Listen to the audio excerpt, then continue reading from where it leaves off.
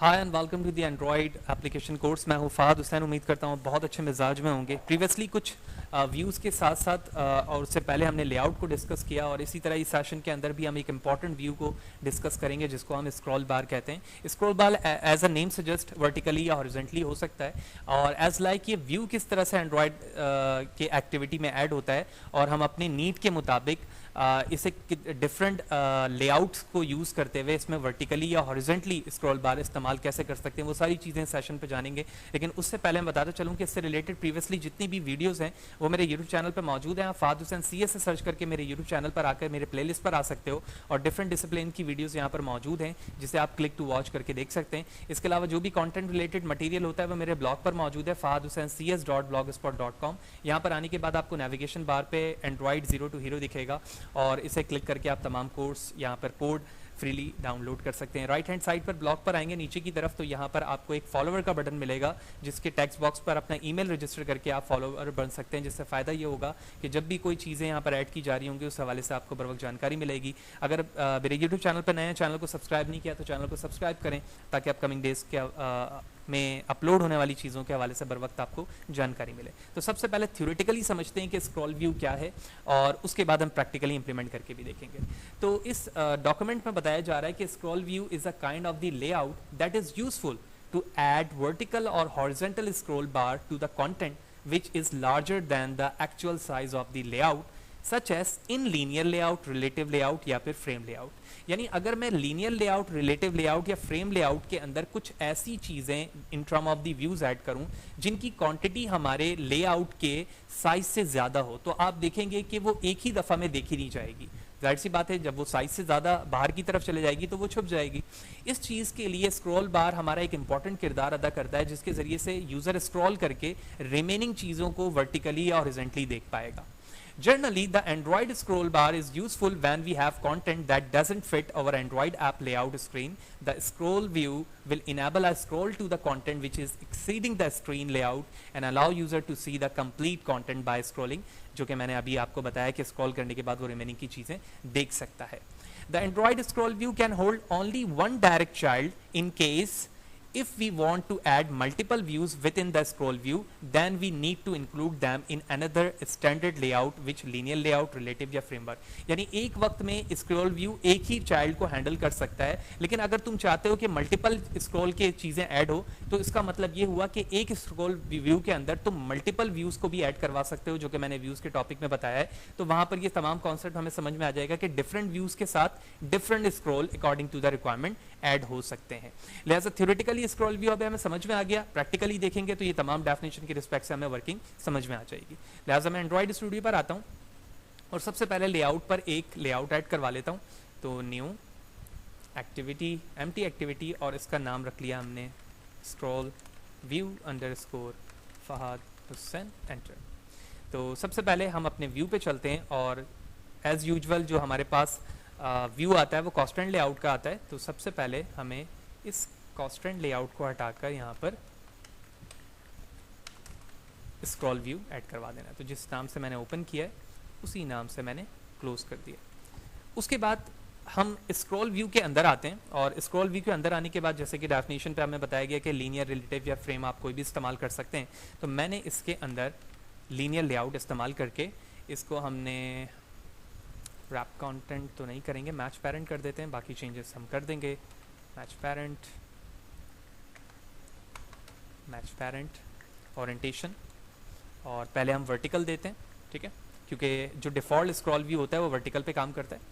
Separate closing के लिए मैंने टैग ओपन किया और क्लोज कर दिया। अब स्क्रॉल व्यू के अंदर लीनियर लेआउट है, इस लीनियर लेआउट के अंदर आप मल्टीपल्स बटन या व्यूज़ ऐड करवा सकते हैं।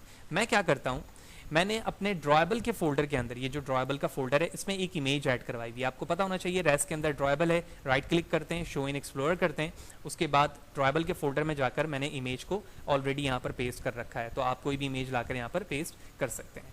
उसके बाद हम यहाँ पर बटन भी ले सकते हैं, इमेज भी मैंने इमेज ऐड करवाया ताकि मैं इमेज दिखा सकूँ। जूम करूँगा और एक इमेज व्यू का टैग बनाऊँगा। तो इमेज व्यू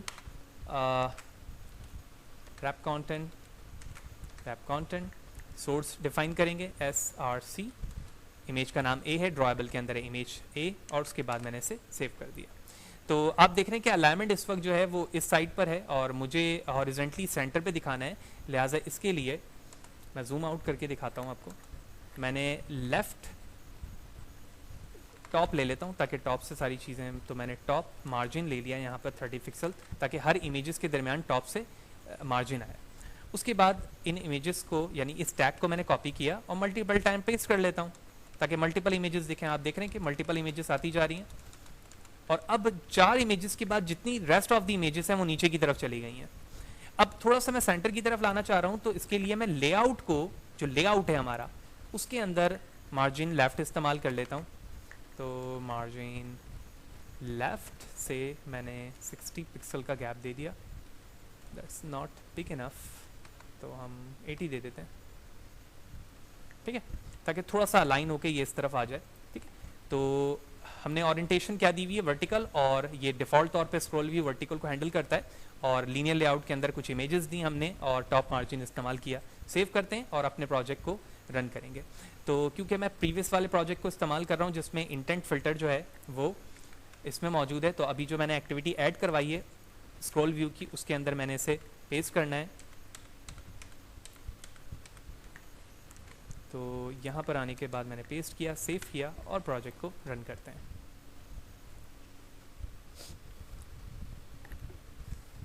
लेट्स सी।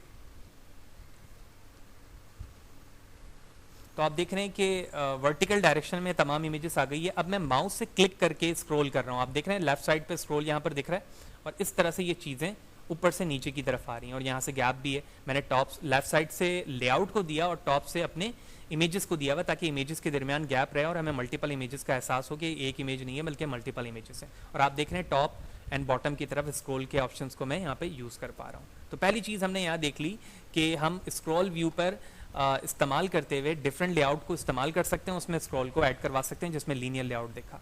अब क्या मैं हॉरिजॉन्टल लेआउट इस्तेमाल कर सकता हूँ? बिल्कुल कर सकता हूँ। इसके लिए सबसे पहले हमें क्या करना होगा, जहाँ पर स्क्रॉल व्यू लिखा है ना आपने, वहाँ पर आप लिखोगे हॉरिजॉन्टल स्क्रॉल व्यू, जैसे मैंने एच प्रेस किया। अब यहाँ पर लीनियर लेआउट में जो डायरेक्शन थी वो वर्टिकल थी, इसको हटा कर हम क्या कर देंगे हॉरिजॉन्टल। सिर्फ 2 चेंजेस करने के बाद आप देख रहे हो कि तमाम अलाइनमेंट अब हॉरिजॉन्टली हो चुकी है। मैं प्रोग्राम को दोबारा रन करता हूँ और इसी व्यू को अब मैं हॉरिजॉन्टली देखेंगे। तो इसके लिए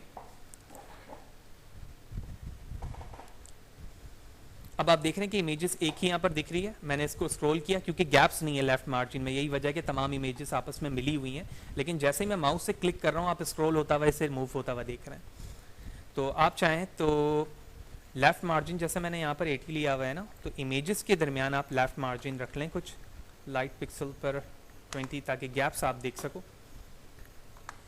50 दे देता हूँ मैं। टॉप मार्जिन हटा देते हैं यहाँ से, इसमें से भी हटा देते हैं क्योंकि सब पे टॉप मार्जिन दिया हुआ है मैंने।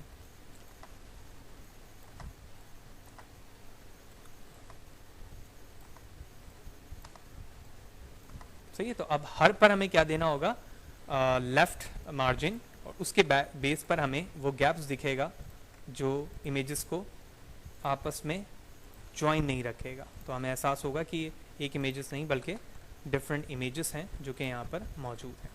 तो मैंने यहाँ पेस्ट कर दिया, सेव किया, उसके बाद रन करूँगा again and here it is. आप देख रहे हैं कि इमेजेस के दरमियान आप गैप आ चुका है और हम स्क्रॉल हॉरिजॉन्टली भी इसे लेफ़्ट राइट कर पा रहे हैं।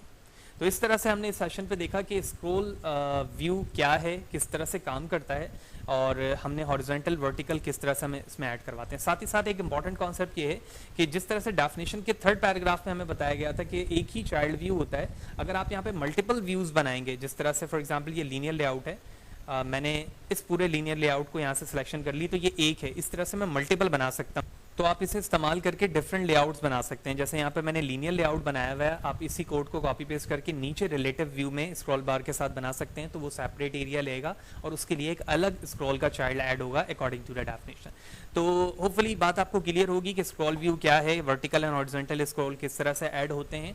फिर भी कोई सवाल है, कोई चीज़ अगर समझ में नहीं आई तो कमेंट सेक्शन पर ज़रूर पूछो, कोशिश करूँगा मैं आपको बर वक्त जवाब दे सकूँ इससे रिलेटेड वीडियो अच्छी लगी हो तो लाइक करें, ज़्यादा लोगों को शेयर करें, और चैनल को सब्सक्राइब नहीं किया तो चैनल को सब्सक्राइब करें ताकि अपकमिंग वीडियोज़ के हवाले से आपको बर वक्त जानकारी मिलती रहे।